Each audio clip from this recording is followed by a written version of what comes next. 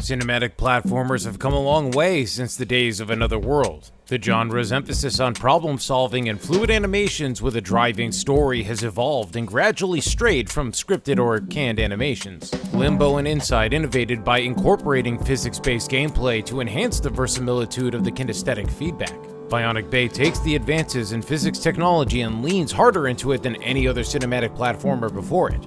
The premise begins a little like Half-Life. A bunch of scientists toying in God's domain unwittingly open a portal or some kind of dimension while experimenting on some kind of object of power. What follows is a surrealist adventure wrought with extreme personal danger and funny ways to die. After a climactic and explosive introduction, the nameless white-collar protagonist experiences a dramatic change in his biology. He's faster and can jump higher than any man, and a little more ways in, he acquires a device that lets him swap places with objects. There's a couple more abilities that show up much later in the game, but they appear so late that they hardly count. Once Bionic Bay sets the player loose in its sprawling linear stages, the core experience is trying to make it to the end alive.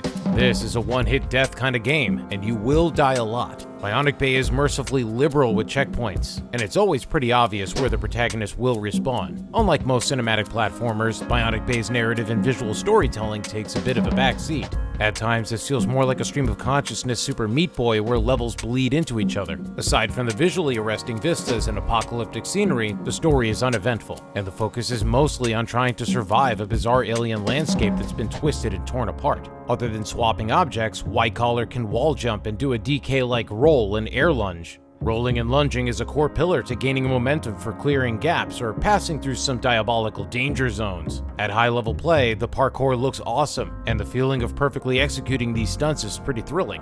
Bionic Bay keeps things interesting and tense by keeping a steady flow of new ideas, gimmicks, and creative use of its hazards. Just when you thought you saw all that could be done with burning molten goo, the game will throw sentient molten goo that follows White Collar. Mastering the control physics and the swapping is paramount, and it's always surprising how far these simple mechanics can go. With a bit of practice, gamers can become Bionic Bay masters. The game is built around high-level play and speedrunning. There's an entire mode built around honing and perfecting the best runs. It feels good and it looks good in motion. The difficulty runs fairly high, and players will undoubtedly encounter moments where they'll endure some trial and error problem solving. It could feel like hitting the wall multiple times, and while the respawn is nigh instantaneous, throwing White Collar into crushers, explosives, and all manner of killing machines will get a chuckle out of players due to the absurdity and the genius of sound design. Yes, it's true, Bionic Bay is a funny game. The way the protagonist runs and flails his arm like he's some kind of drug-addled muppet never stops being amusing.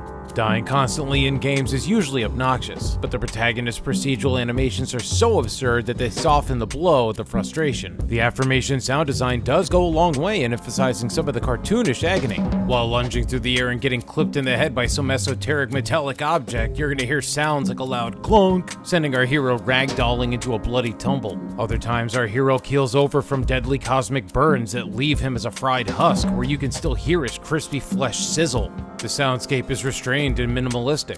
For the most part, Bionic Bay is layered with electrical hums and industrial sounds of machinery crunching and buzzing away like a mechanical godlike insect. The mechanical ambiance perfectly complements the insane pixel art that can be best described as some kind of Geiger-esque cyber nightmare. The vistas are dense with parallax layers to give an incredible impression of depth. The sensible use of smoke, lighting, and post-processing effects gives the imagery a richness and grit that you rarely see. Most of the time, the strange-looking meshing of organic and machine is incomprehensible. It's like the technology is so advanced that you don't even know what you're looking at. Bionic Bay is a brilliant work of art that showcases stellar imagery with some of the most sophisticated and deft pixel art in a video game, while boasting ingeniously designed levels. The physics-based gameplay and mechanics peppered through the experience keeps players on their toes, and the hilariously gruesome deaths will keep you laughing all the way to hell.